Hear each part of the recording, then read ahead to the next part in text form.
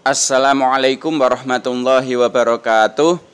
Para guru PAI di semua jenjang, baik jenjang TK, SD, SMP, SMA, SMK, dan sederajat dimanapun berada.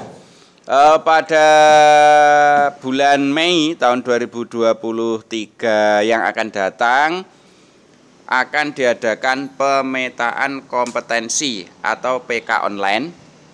Yang ini adalah yang akan diadakan oleh Kemenak, dan pemetaan kompetensi online ini terintegrasi dengan akun siaga. Jadi nanti untuk membukanya itu melewati seperti kita login di akun siaga. Nah, pemetaan kompetensi ini wajib bagi guru PAI yang ada di TK, SD, SMP, SMA maupun SMK. Jadi semua guru PAI itu wajib mengikuti pemetaan kompetensi. Nah, bagaimana teknis dan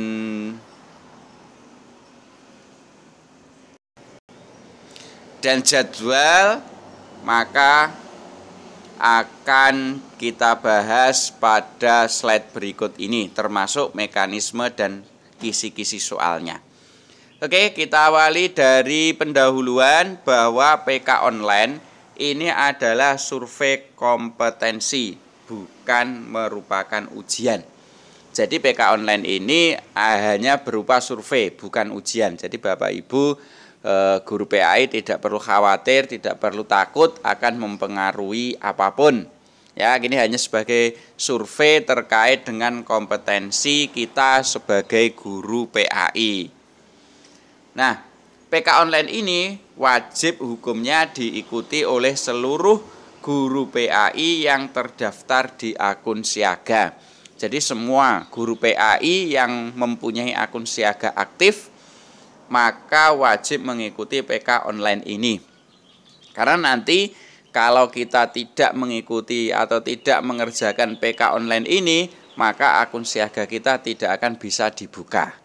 Nah, otomatis kalau tidak bisa dibuka, maka fitur-fitur atau manfaat dari akun siaga itu kita tidak bisa merasakan. Berarti kita yang sertifikasi kan juga tidak bisa mungkin mengupload absensi dan lain sebagainya, ya. Makanya ini adalah wajib diikuti karena ini sebagai pembuka dari akun siaga. Berikutnya, PK online ini bisa diakses melalui akun siaga masing-masing. Ini dimulai dari awal Mei ya, pada tanggal 1 Mei nanti itu sudah bisa dimulai PK online, tentunya dengan jadwal yang sudah ditentukan yang nanti akan kita bahas bersama-sama jadwalnya. Oke, itu adalah pendahuluan. Kemudian mekanismenya PK online ini yang pertama, bahwa PK online ini terdiri dari 100 soal. Jadi ada 100 soal dan itu bisa dikerjakan dalam waktu 180 menit maksimal ya, atau 3 jam. Jadi soal 100 ini bisa dikerjakan paling lama selama 3 jam. Berikutnya, kisi-kisi soal. Nanti soal 100 itu sesuai dengan KMA nomor 211 tahun 2011. Ya, jadi nanti kisi-kisinya secara singkat juga akan dilampirkan dalam video ini. Berikutnya, PK online itu bisa dilaksanakan terpusat atau bisa mandiri. Maksudnya terpusat adalah bisa guru-guru PAI bisa berkumpul mungkin dalam satu kecamatan atau dalam satu kabupaten ya kalau memungkinkan.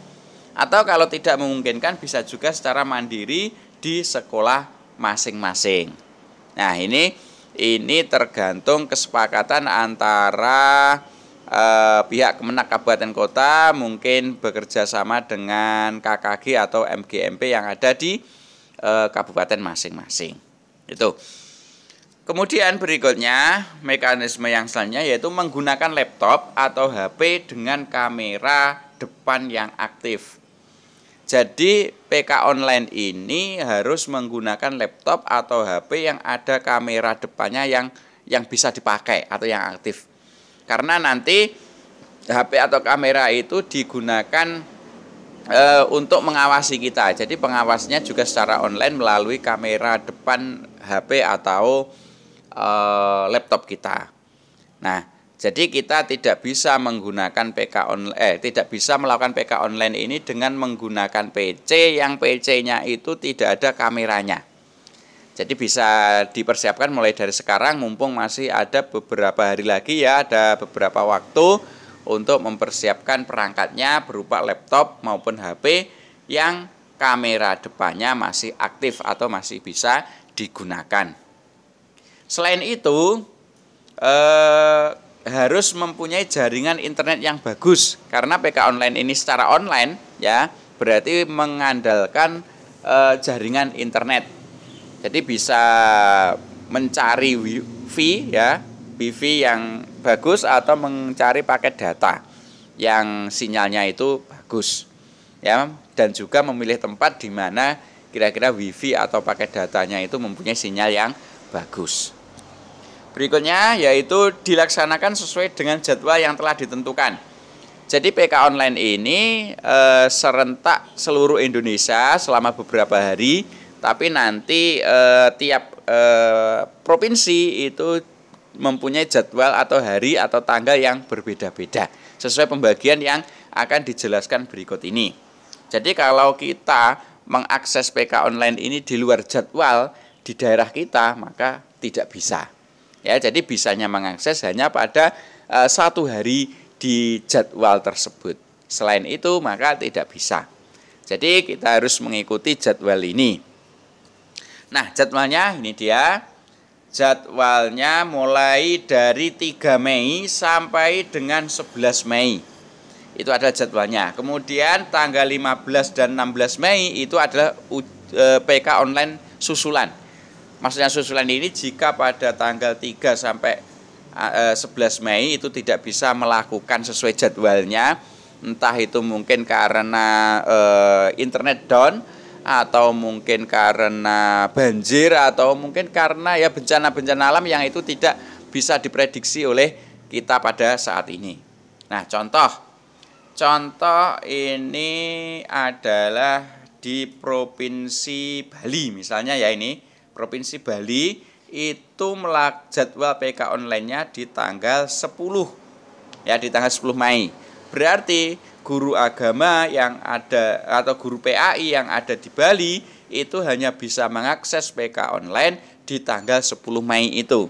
Selain tanggal 10 Mei, misalnya tanggal 9, 8 atau tanggal 11 itu tidak bisa diakses. Ya, jadi kita harus memposisikan dulu daerah kita di mana, kemudian melihat jadwal ini. Nah, jadwal ini nanti kita itu di provinsi mana dan berada di tanggal berapa kita melakukan PK online. Jangan sampai kita salah jadwal.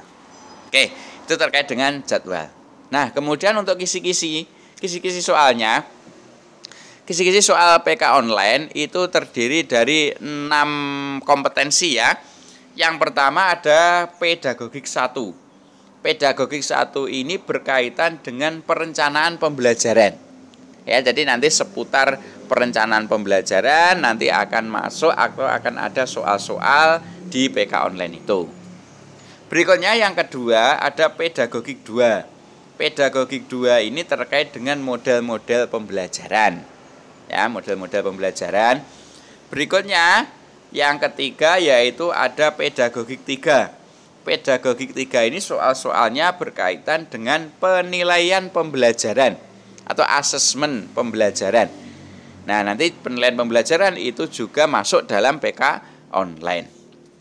Berikutnya yang keempat ada profesional 1.